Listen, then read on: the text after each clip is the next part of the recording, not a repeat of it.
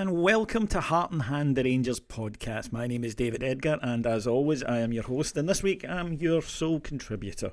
So apologies if you don't like that, but I'm telling you early. So, it's not like I'm forcing you to listen on the grounds that later on someone will be coming along, because they won't. It's just me. Because it's the summer, of course, and things are a little bit quieter with no match to discuss. Roll on next season. I'm like a football junkie now, starting to get the shakes. But I asked our chief execs over on Heart and Hand, that's our top tier subscribers on Patreon, to send in some questions, and I'm just going to go through some of them, and the stuff that maybe has been troubling them about last season, this season, just what was ever on their mind, and see if I can answer, and hopefully I can, and be very interested to hear what you think about this as well. So that's what the comments are for. So let's get kicked off straight away. Ewan Third, he says, what do you think should be the minimum expectations for Europe this season? The minimum expectations for me for Europe every season are group stage of whatever competition that we are in. So we're in the Champions League, and I would like to get there. We've got the third and fourth round to progress through. Of course, this year, for I think the last time, if we get through the third round and get knocked out in the fourth, we go into the Europa League group stage and we get the £5 million. I can understand some fans saying that that's been quite an attractive option for them after what happened to us last year. Financially, the Champions League can't be beat. You really do need to go pretty much all the way to earn Champions League money in there. And of course, you'll get better playing in it regularly. I know a lot of people were pointing last season to Bruges and saying, well, look what they're doing on their budget. But they've been in it 5 of the last 6 years. And it is that experience of going into it. It'd be nice to go into it with, an actual team rather than the manager just basically having to cast around Auchenhowie and see anyone that was able to walk, get in a game, which happened to us last year. Just disastrous all in. But yeah, minimum group stage for Rangers every year is group stage. We absolutely have to be group stage because you just can't make the money that you can in Europe, in Scotland. It simply isn't feasible. So that should be the target for us there. Ross Sterling, what is your ideal summer window? Some people want wholesale changes, some want not as much. When we've lost 5, probably losing Kamara and maybe 2 more. Do you think perhaps that on top of the 2, potentially 3 with Butland done deals, there might be perhaps 3 or 4 bodies coming in? I can only go on, Ross, what Michael Beale said when he was asked, could it be as many as a dozen in and a dozen out? And he said, yeah, around about that figure. So I think Rangers will be, there's 3 in already. I could certainly see us hitting double figures in that. And in terms of out, it obviously depends on who comes in for players. But I don't think there's many there that are absolutely untouchable. We're not selling you. Of that, I would say probably Tav, Goldson, Cantwell, Raskin are probably the only ones that spring to mind as you are nailed on for a first team spot next season. I think the rest of it is very fluid. So yeah, for me, look, I'm a football fan. Want all the signings, but I want good ones. I think that's the key thing: getting in guys that manager likes, trusts, but that can do a job for him. He's off to a promising start, of course, with Cantwell and Raskin in terms of his transfer dealings. I think that the club needs freshened on and off the park, and I'm delighted to see that it's happening, incidentally, because it's not just on the park. I think Rangers did stagnate after we won 55. I think that it had been the holy grail for so many for so long that once we reached it, they just went and then got overtaken while they were taking a breath. That's the thing about, that great old phrase, you need to stop and smell the flowers. Well, you do in life, but not so much in football life, unfortunately, because there's always somebody ready to run by you, and that's what happened to us. And I think that a lot of the players who were at Rangers got stale, and I think that a lot of the players who were at Rangers who maybe then could have taken an opportunity to go buy those guys didn't, and therefore we need to cut them as well. So in terms of the squad players, which is a term I don't really like, I think everyone who's there should at least be capable of coming into the side. We've too many guys that when they come into the side you were like, oh, for good God, not him, and they didn't produce. And we need guys who will produce. Even if you are only playing 10, 15 games a season, you've got to produce in those 10, 15 games to a certain level, and we weren't, and that's what hurt us last year. Fraser Doonan says, not Rangers related, is Shane alive? Not seen him active on socials. I'm having Crowpod withdrawals. That's for those of you who listen to our Copeland Road org show.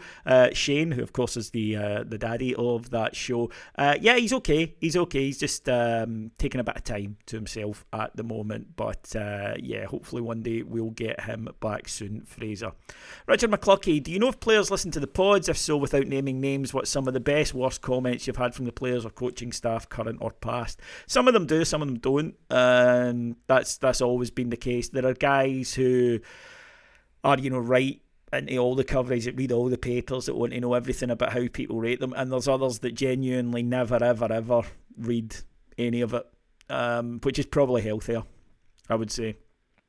Social media the same. There are guys who read the comments, and there are guys who just most assuredly would not. Personally, I would tend to think that you might be better off. Also, they can pick weeks. If they listen to one of the shows after we have won 5-0 and they've played brilliantly, then they're probably going to enjoy it more than if they had a stinker and we lost, or if we lost an Old Firm game or whatever. So yeah, it does depend on the individual. And as I say, generally speaking with the players, you tend to just get comments like, I heard what you said about me the other week, and you get, it depends on personality. Some of them will wind you up, and others will just basically kind of, didn't like that you said about me. But generally speaking, we try very hard, and I think we mostly manage. Occasionally after maybe, like a bad defeat, you might go on a rant, but we try to make the criticism of anybody fair and not an ad hominem attack.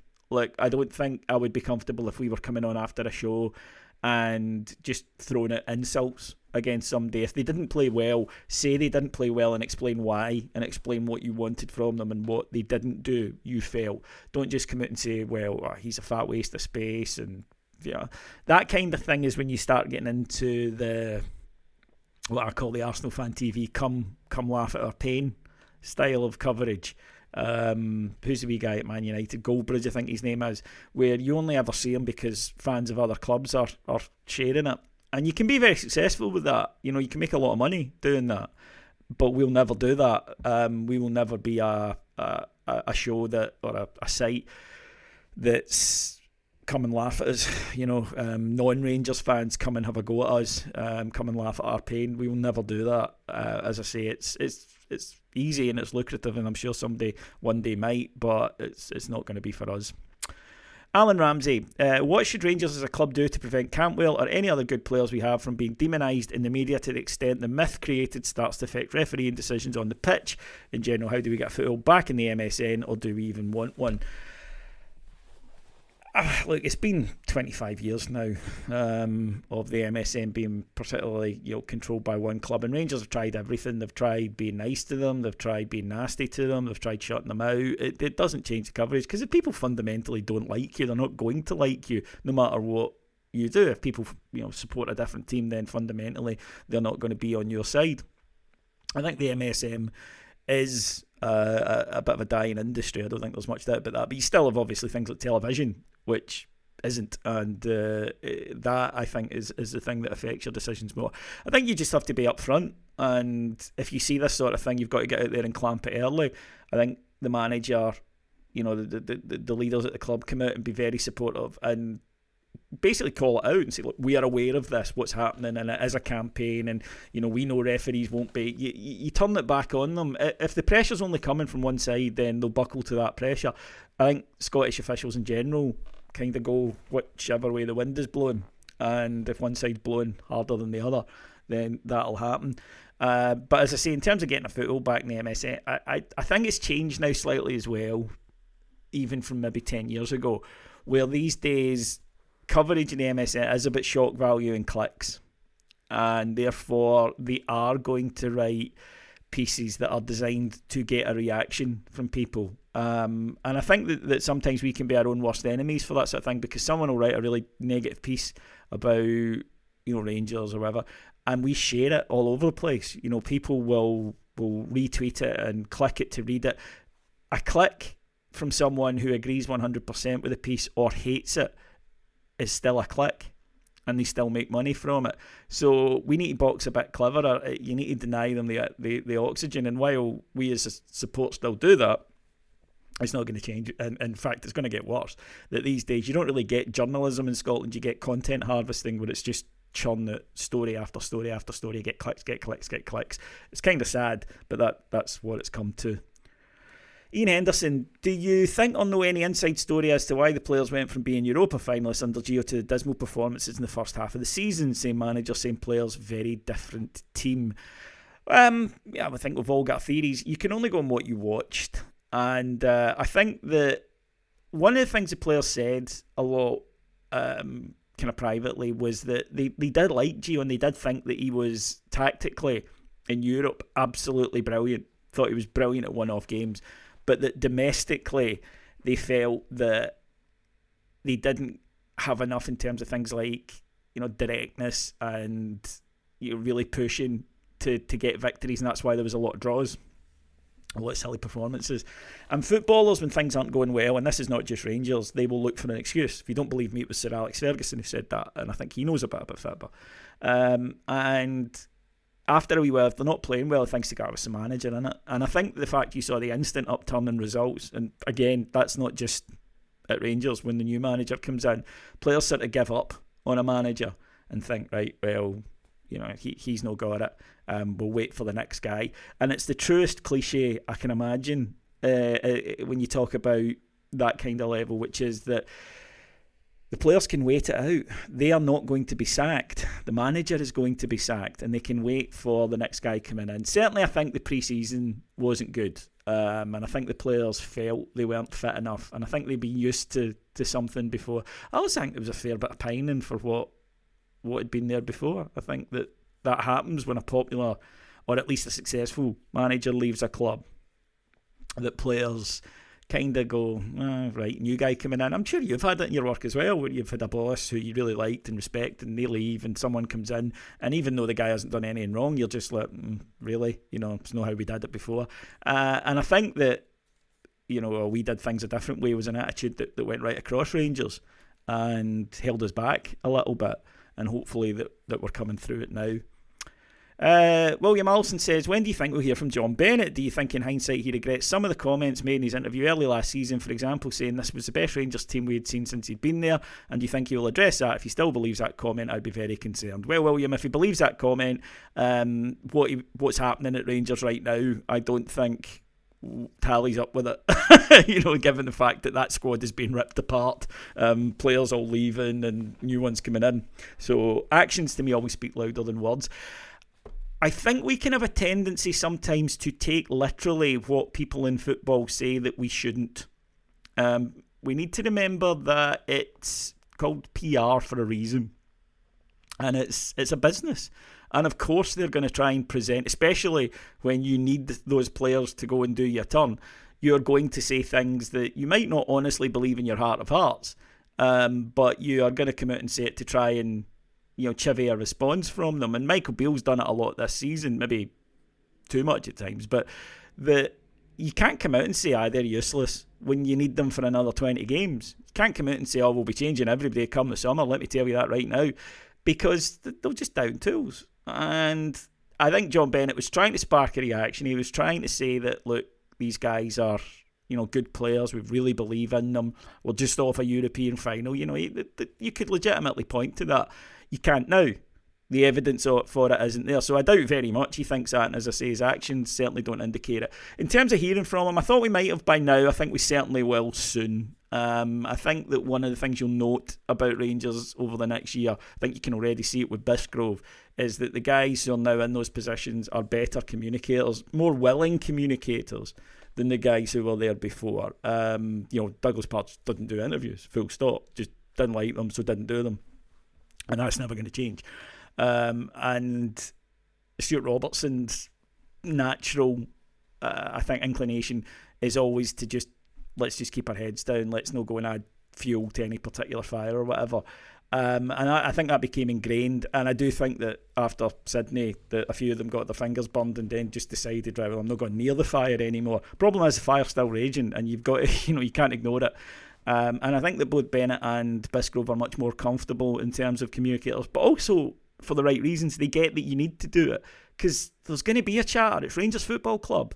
It never stops. There's always going to be discussion, and there's always going to be agendas, and there's always going to be stuff out there. And if you're not involved in it, and you allow a vacuum to be created, then it'll be filled. And it'll be filled with stuff that you might not agree with, but that's the reality of it. So you need to get the balance right. I'm sure there'll be some missteps, there always are, but I think overall you'll definitely see an improvement in that area over the next year. Put it that way, if we're back here next year and we haven't, I would be quite surprised.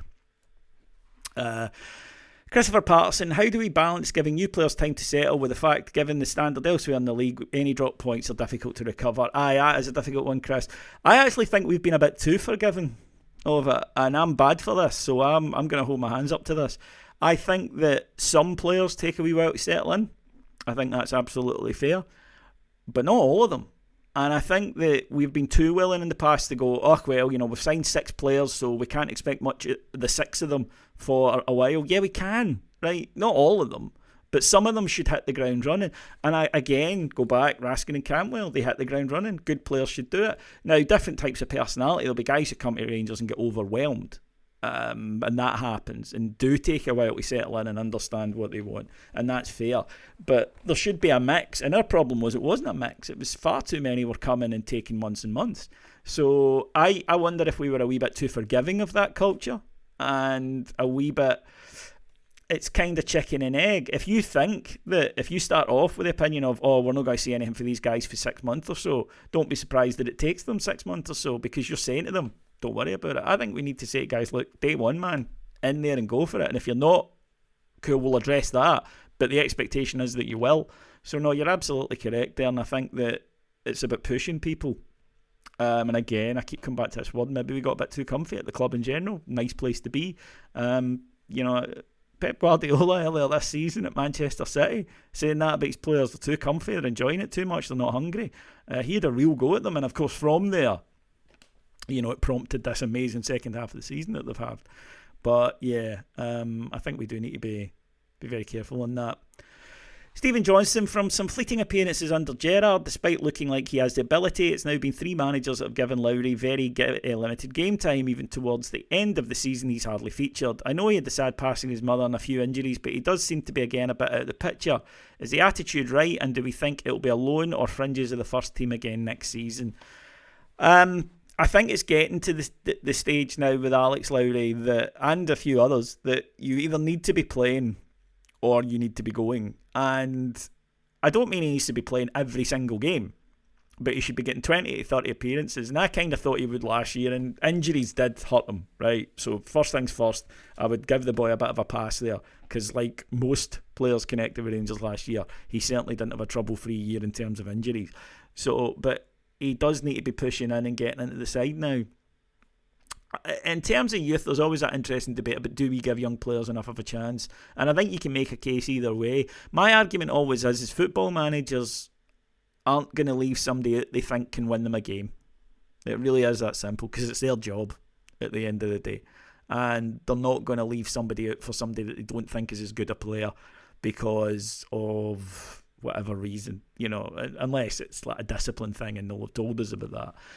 So yeah, I think it's a big year for him. I think he does need to push on, be a contributor, and as I said, doesn't need to be every single match, but I would expect him to be getting 25, 30 first team appearances next season. Otherwise he needs to go, do you know what, for the good of my career, I'm 22 now, I've got to go and be playing somewhere. I don't want to be losing 4 or 5 years at the start of my career.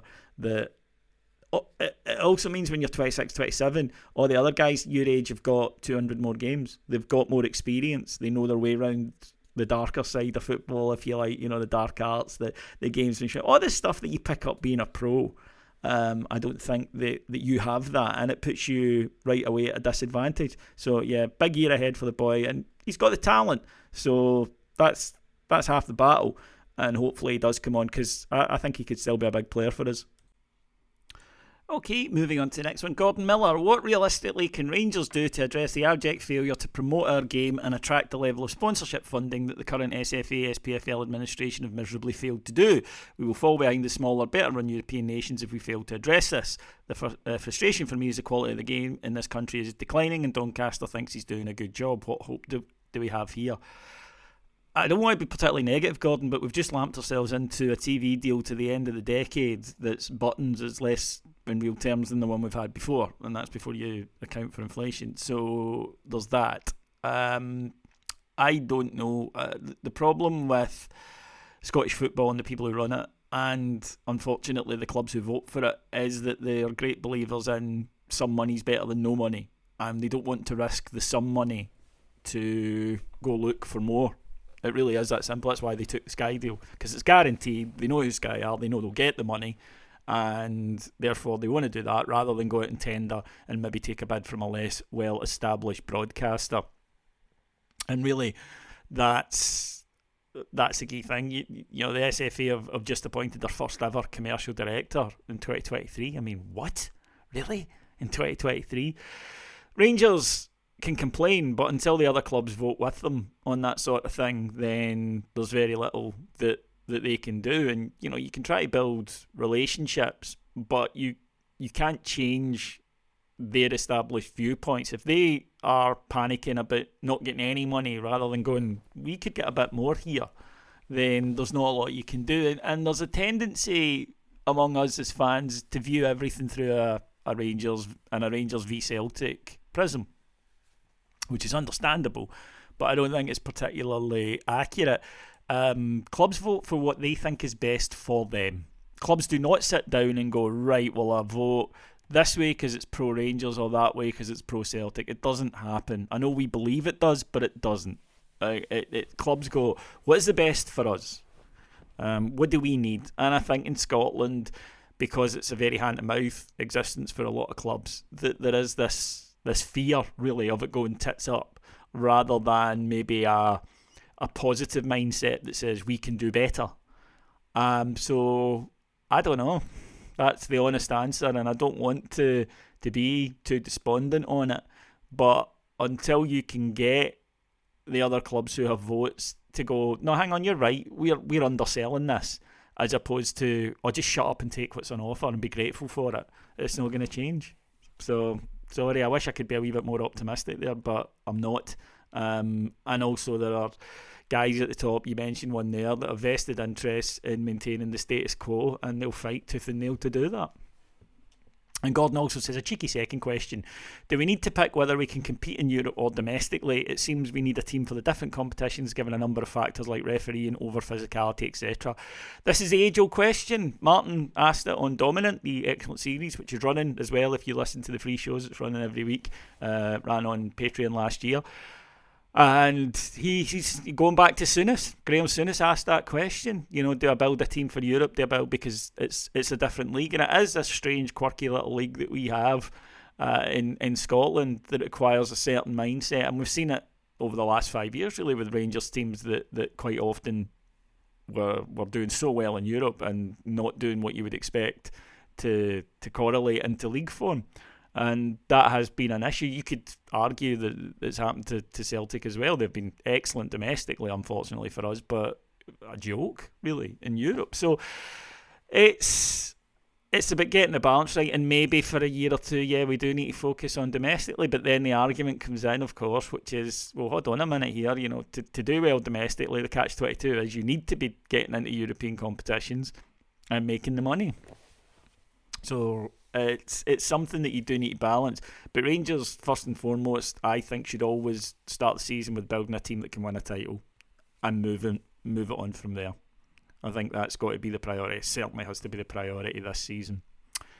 David Clapperton, 2 questions in one really. Just done the Ibrox tour not so long ago and was amazed to learn that the players don't get the full tour and history of the club as a matter of course whilst in signing talks or just after signing. Surely doing this would be a massive selling point and a great way to educate new recruits and even their families on the history and traditions of the club. I mean, just imagine for talk's sake one of the brilliant tour guides accompanied by Graham Souness, Ali McCoist, Brian Laudrup or Ronald de Boer taking a potential new signing into the trophy room and giving them the full experience. In my opinion, it's where do I sign stuff, which leads me on to my other question. Do we make enough use of our former players and legends in official capacities? On the first thing, you're not going to get a prospective new signing to do that, to be honest. They'll just, if you say to them, and by the way, we've got a full tour organised, they're going to tell you to piss off. You don't really meet players until late in the day. The agents handle most of it. So I don't think that'll happen. But I would certainly be in favour of, at the start of the summer, for example, or so the end of the summer as you're getting into the season, to say we've signed 8 new players, right lads, Wednesday afternoon, you're all going to Ibrox and you're getting the tour and you're going through it. So, I can certainly see the benefits in that, just to help open their eyes to what they've joined and, the great history of the club. In terms of using ex-players, I think, we could use them in the media a little bit more than we do, because our players tend to be quite independent, whereas our ex-players, whereas if you look at Celtic's ex-players, they toe the line. And the reason they toe the line, incidentally, is that it's very open from Celtic. If you don't, then you're not doing club functions, you're not doing any club events, you're not going to be for the more lucrative side of it. You just will not be considered, which is why when Celtic want a story promulgated, they pick up the phone, 3 or 4 ex-players, the ones, they're all in the media. They're also the guys who not coincidentally are at the dinners and, presenting things and whatnot. So there's a recompense there, there's a financial recompense, and we don't really do that. Question is, do you want to do that? But I think that there's a kind of moral thing with a lot of our ex-players, which is, no, I'm not going to do that. I'm going to just give you my opinion as it is. So, we could certainly, tap into guys to a reasonable degree. Brian Laudrup is not going to be flying over from Denmark, every month for something at Rangers. He's just not. You can use him occasionally for things, but it's not going to be all the time. Graham Souness has already indicated this summer that he wants to help out where he can. I think an ambassadorial role would be ideal. He's got such a large profile that's something you could use. Ali, I think, does talk us up in all his media appearances, really. I think that he's somebody that is, known for being very positive and proactive on us. So I'm sure there's also other players who could have other skills and could use. So it's definitely something to look at. Alistair Simpson, where is Gani? Any podder bringing back the quiz pod? I don't know, Alistair, is the honest answer there. And we should bring it back because the first year we ran the Rangers quiz on the site, I won. So there you go. Just thought I'd get that in there. Graham Roy, will we see a return of the Crow Pod? Have you had any? Well, I mentioned that. Have you had any murmurs about how the players really felt under Gio? I get the players now look more relaxed and are playing better now. They have some freedom. Yeah, tactically, as I mentioned earlier, I think the players did enjoy that. I think they did enjoy the way that Beale plays a little bit more. I think there was a disconnect between what Gio wanted them to do and their understanding of what Gio wanted them to do, and that's why it looked so often like a bit of a shapeless mess. I don't think that's unfair. We did see it a lot where I didn't always get the impression that the players fully understood quite what his philosophy was. I don't think he ever articulated it to us as fans either properly. I asked him one time about his philosophy, what's it supposed to be after a defeat, and he said, well, we're a possession-based team who play attacking football. And I'm like, well, everybody says that. That's the modern game, but how are we to put that into place? And I don't think that the players quite understood that either. Cameron McIver, do you think we need to recruit a director of football, head of football operations, and what do you think the signing strategy should be in the longer term? I think that we need to. That's a very good question. I like the way you've put that. A director of football / head of football operations. I think that a head of football operations is something you need. You need somebody to keep on top of things like the academy, which has been underperforming in my opinion. You need somebody to keep on top of the medical side, which I think needs overhauled at the club. You need somebody to keep on top of contracts and to negotiate the contracts. You don't want Michael Beale out there negotiating with agents on behalf of the club. He's too busy. He's got too much to do at Ibrox, too much football stuff to do. So there is a heavy administrative and managerial capacity in that role, as opposed to the more traditional one that we might expect of going out there and selecting players. and I think that needs done. So no, I agree with you. I think that there's too much now for a manager to go and do. This is not the 80s, where a manager goes and sees a player, much you want, and £2,000 a week. We'll get you 1,500. We'll settle at 1,750. It's not that anymore. So you need somebody who can do that, who has the time to do that. In terms of our recruitment strategy, as we're seeing, it can change, because if you get it right, then you add in. If you get it wrong, you've got to do what we're doing this summer, which is go out there and buy a lot of players at once. And not all of these players will work out. It's just a fact. It's just the way that recruitment goes. I think we maybe got a little bit too caught up in, can we sign guys and turn them into a resale value and make profits on them. I think our head got turned a little bit by the Bassey thing. I mean, that's nirvana, but it's not going to happen every single time. You need to get players that can play for you, first and foremost, that can do your turn. And you can see, for example, Matondo. And I'm not saying, for all I know, Matondo have come good in a brilliant season, and I'm not picking on him. But why did we sign Rabbi Matondo, a guy who played on the left, to play on the right, where he never looked comfortable?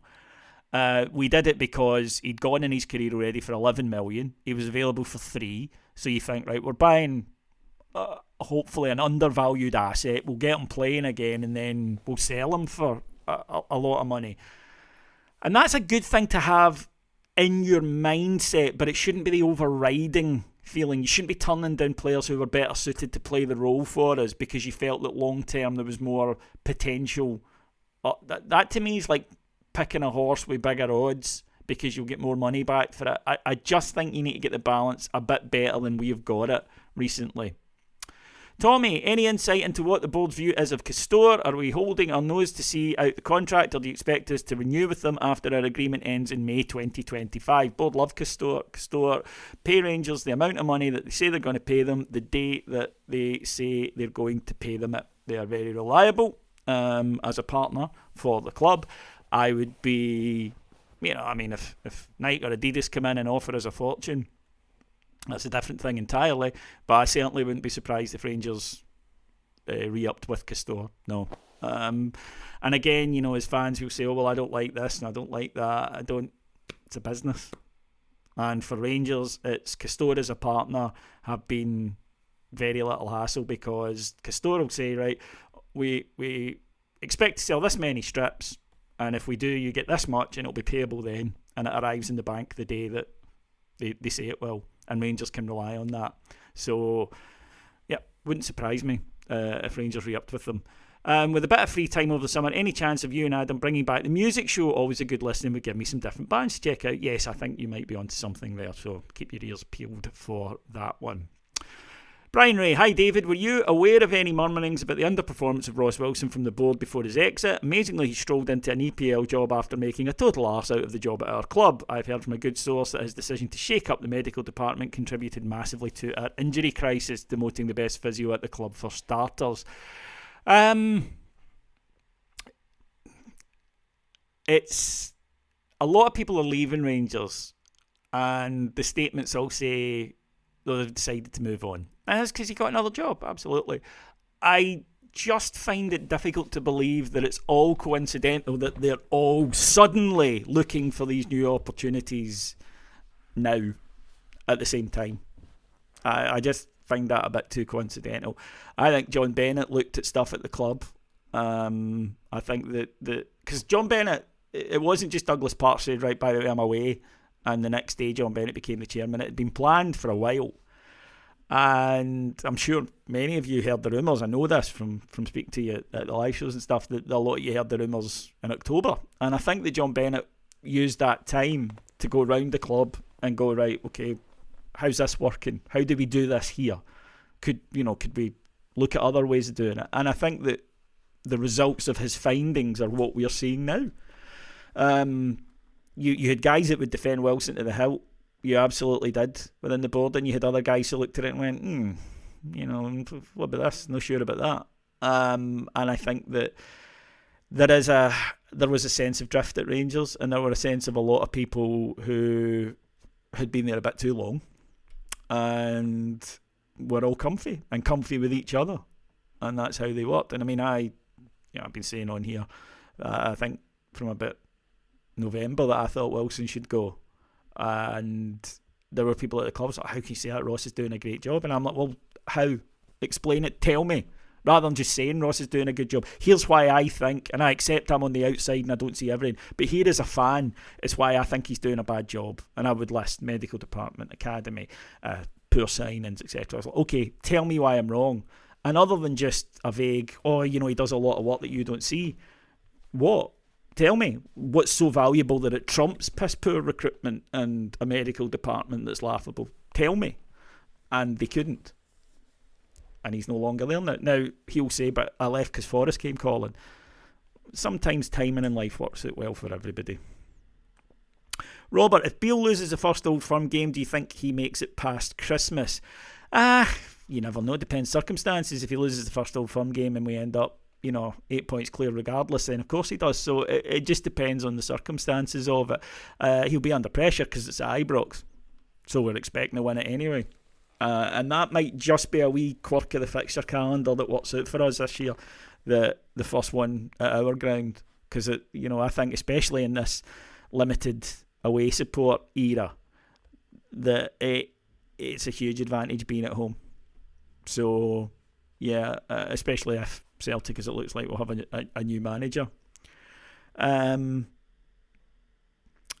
McMillan, will Heart and Hand continue to be a media partner with Rangers next year? This is a bit of a myth now that I think is perpetrated by people in the mainstream media that don't understand it. Rangers don't do media partner things anymore. It was only for the 1 year.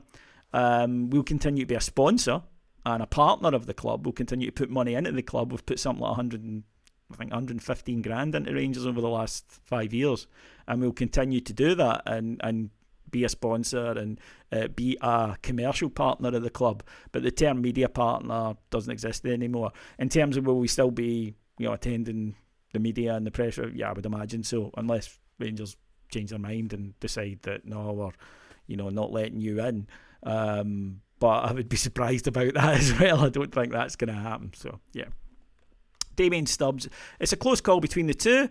As I know, his ability to deflect any reasonably interesting question is very good, so here goes. Your car was already a big talking point among some of the support in your time as commercial director. Can we expect to see an upgrade befitting of your new role? I assume this is Bisgrove, right? There have been allegations in the past that you would sell your granny for a sponsorship deal. Would you consider selling members of your family to make gains for the club? You're welcome, David. Thank you, Damien. Well, it's me that's here. Would I sell my granny to make money for Rangers? Well, she's no longer with us, so I don't think we'd get much. And I did get confused with your car because I can't drive. I'm one of these, I am a driven person. I've never learned. So I know some of you go, what, David, how can you be your age and never learn to drive? I lived in the city and I was an alcoholic, so driving, bad idea. And now I'm too old to learn, so it's that simple. I'm very much lifted and laid and taxis and stuff, so yeah, not going to change. And also that's why when guys say to me about cars, they're like, look at this car, and I'll go, wow, and I've no fucking idea what I'm supposed to be impressed about. It's blue. That's sort of my knowledge of cars, really. I'm the last person to speak to them about them. Doogie, just for fun, what would the Heart and Hand 11 consist of? Who would play where? Oh Christ, I've no idea. Well, not the sportiest, but actually that's unfair. Some of us aren't the sportiest bunch, some of us are. There's a lot of guys that play fives. Cammy plays fives religiously, Kev plays five religiously, Strider plays, there's loads of Laura Clark is very sporty, Laura Lothian's very, very sporty as well. So that's unfair of me to say that, because I'm a broken down husk of a human with my litany of back problems and stuff. I don't do much in terms of sport unless Olympic sitting is ever considered to be a thing. I'm very good at that. But in my heyday, back when I used to play for my university team, mainly the seconds, I admit, but occasionally for the firsts. I was what you might call these days would be a number 10, a sort of Hadji style number 10, in that I was a very good passer of the ball. I could finish, actually. I was a good finisher. Not quick. not quick. And I don't think I've ever knowingly headed the ball. I had hair back then, I didn't want it mussed. John Smith, in terms of the way our club is run, how would you feel about implementing that Moneyball statistical data style of recruiting players? They do that. Every club does it now. Every club does it. You can get, even you and me as laymen, you can get stats just instantly. You sign up to one of these websites and you can get any stats you can imagine. Adam is on one through Heart and Hand, and I'll say to him, give me some just fun stats from it, and he'll go, it's amazing the stuff they come up with, right? It really is. Everything is noted and monitored and checked, throw in distances and stuff, so yeah, every club does it to a degree these days. I can't think of any club, really, major club, that doesn't use that data. Stuart McKee, do you think Rangers should go the Brentford route with their youth teams? Is that a sustainable model given the pressure of making it at Rangers and there are no transitional years for players to bed in, even when it comes to selling players on? The teams in Scotland couldn't afford to pay a reasonable fee for our players that we deem not good enough for our first team, so we have to release them to allow them to get clubs. Second point, I know you don't like to talk about them, but how does Celtic's recent successes rank in Scottish football history? You've watched Scottish football now for a bit longer than me, and I don't know where they should rank. I always caveat, but is that fair? If you don't want to answer the second, but I completely understand. No, you can't take it away from them. You can only win what's there to be won. I'm a Rangers fan, and I'm not going to view it in a positive light. I'm not even going to attempt to. But from their point of view, clearly winning a title when Rangers aren't in the league isn't as valuable as winning one when they are. That's just a fact. But that's not anything they could do. What they meant to go, right, we're not going to win it this year because Rangers aren't in it. The last 5 years, our success has been remarkable because we should have been better and we haven't been, and that's on us. And that's kind of how I look at it. Fair play to them. I'm not going to praise them for it because it's them, but that's on us. We've underperformed and we need to get that right. But at the end of the day, you achieve something, you earn the right to boast about it, and we haven't earned enough of that right to do that. So until that changes, then it's on us. And in terms of the youth team, Rangers just will not accept a team of youth players who are losing. That simple, as fans. So, well, I don't think we're ever going to go a route where there's, at the start of the season, the manager comes out and says, right, we've got 6 players from the youth and they're going to come in and they're going to play the season regardless, and we're just going to see how we go because we think long term these are our players for us. It's never going to happen. The demands at Rangers are too much. John Buchan, what's wrong with our youth policy? Is there too big a gap between Lowland League and the Premiership? Would it be better to have a close relationship with a feeder club if B teams are not allowed to be promoted? The Lowland League is good in terms of giving the guys regular football in a competitive league, but we're kidding ourselves if we think that standard means that guys can go straight from there to the first team, because they can't unless they're exceptional, and we haven't had enough exceptional guys coming through. It's non-league.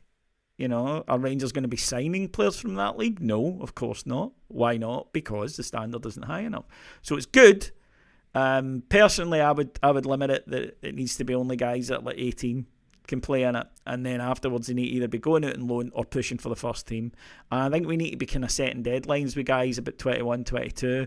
Outfield players anyway, saying if you've not made it at Rangers by then, you'll need to go. By all means, stick a buyback clause in and all that kind of stuff, but we need to be moving guys on. We're underperforming at youth level, and I'm sick of hearing Nathan Patterson, because this is something that maybe people, again, to go back to Ross Wilson or Stuart Robertson, that they didn't get. They would go, oh, the youth system's working because look at Nathan Patterson. I'm a fan. We didn't get much from Nathan Patterson. Brilliant player, but he barely played for us. So, yeah, we got this money, which is great, but did that money then go and recruit players that led to success? No. So Nathan Patterson's not really a thing for me. It's good for you. It's good your job. You did your job fine there. But what does it lead to? Right? Whereas if we get a young player who comes through and he plays 100 games for us, that's a different thing entirely. Right, and the club might say, well, but we only sold him for 2 million as opposed to 16. Great, but I'm a fan, so maybe I judge it in different ways. But yeah, I think we're underperforming. I don't care if Rangers, I'll be honest here, I don't care if Rangers B win the Lowland League for the next 10 years running. If we haven't produced any first team players in that time, we've failed. It's that simple. So that I think there needs to be a bit of a change of focus there about what the B team exists to do.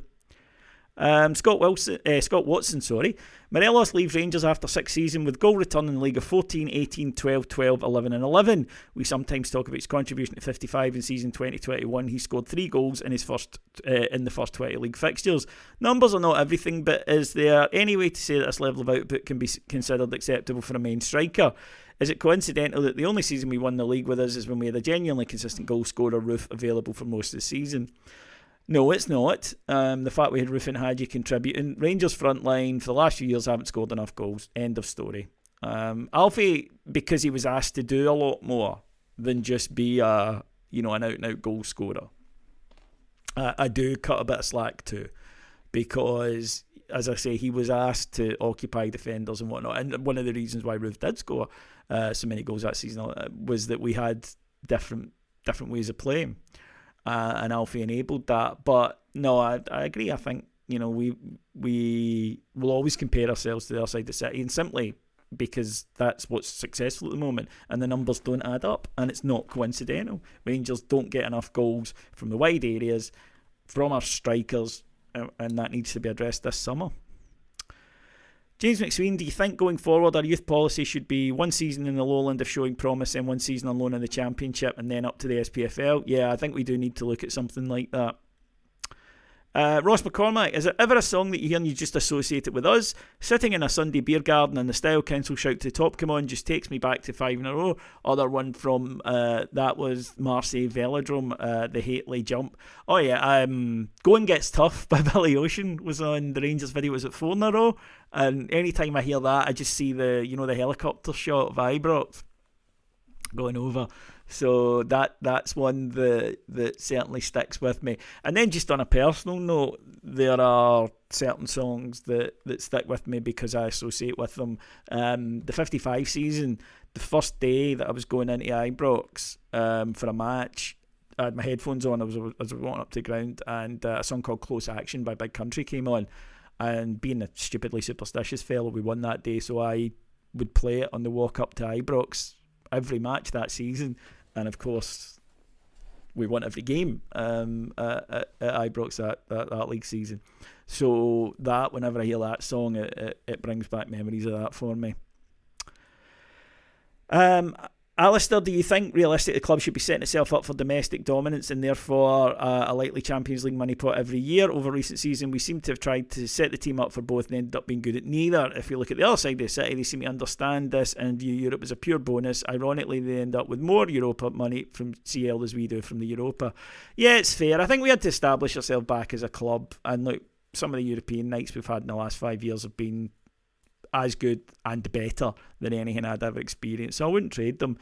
You have to be aiming to be good at both. But Rangers' priority for the next wee while is definitely for me anyway, about winning trophies and domestically.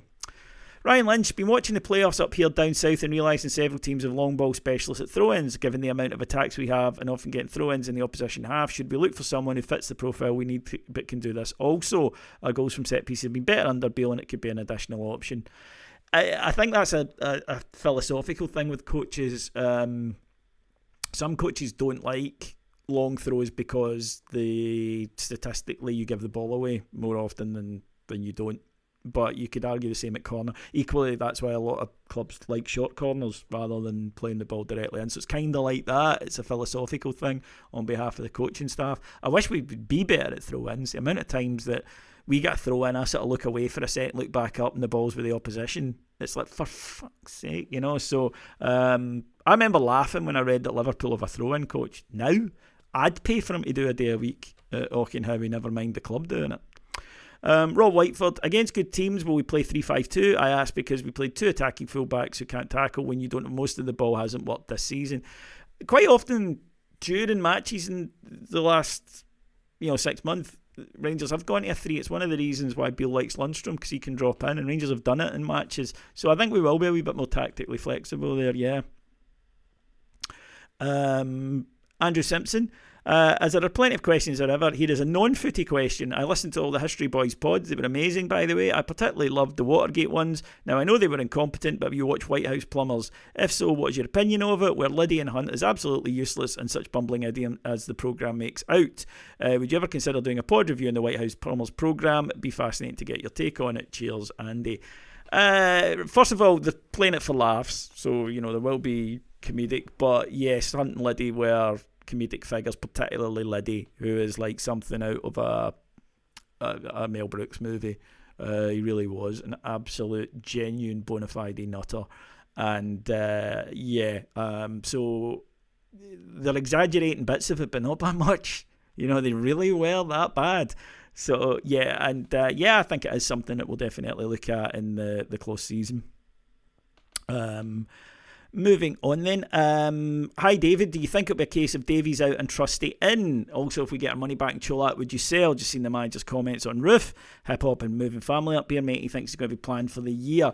Firstly, I do think if an offer comes in for Davies, he'll go, yes. Trusty, I don't know. I haven't seen enough of him to make a comment on that. But I do think that if a good offer comes in from Davies, it will suit everybody, player, club. I don't think anyone there would be arguing against that. And in terms of Cholak, I just don't think the manager fancies him. I just don't think the manager sees that type of player as somebody that he wants around. So he's under contract, so he can stay and fight for his place if he so wish, and he does like it here, so he might not go, but it wouldn't surprise me. James Curran, Edmiston House looks great and the new sports bar replacing the old shop's a great start. I believe all the vacant space is a wasted opportunity to make a real fan village and generate as much money as possible, not only in match days to help the club. If you get any thoughts on what you would like to see next or any mention of the board shared their vision, the end game for Ibrox is in the wider geographical stadium footprint. Well, we are kind of locked in on bits of it. They do want to develop it, but again, the balance is about any development costs money. And you can point and say, well, but it will generate more money. It will generate more money longer term. And, first line when we were playing New Edmiston House, I made a joke when we went on stage. I said, you like it in here? Because this is the reason we never won the league last year. And, it's a joke, but it's true. Money goes into these things at the start, and people complain, especially if the team aren't being successful. The board tried to do it right after we'd won the title and everybody was happy, but then when you don't, so there's always the demands at Rangers. So we are kind of hemmed in by that slightly. That you're trying to kind of fix the roof. The old phrase, you should do it when the sun is shining, but then what happens if it suddenly starts to rain? And that is kind of what happened to us. Davy Stewart, I've been seeing a lot of rumours around the potential signing of Haji Wright for around $7 million. Obviously, it would split into instalments, but can you share any truth on this, David? I don't know if he's the guy, but I do expect Rangers to spend. Rangers' biggest spend this season on an individual player will be a forward. I've got no doubt about that. So, yeah. Jock McAndrews, should we get Nell McAndrew to model next season's strip? I don't know if she's still in the modelling game, to be honest, Jock. That's a blast from the past. Fox, what's the biggest off-field change you'd like to see happen this coming season? I'd like Rangers to make me the match day announcer. I probably wouldn't get past the first Celtic game, but I'll pay my own bail money. And, I won't cause any problems. I won't implicate anyone else when I'm on trial. So I don't see the reason why not. Final question then for today. Thank you for another fabulous season of shows. What, in your opinion, are the minimum requirements needed before next season?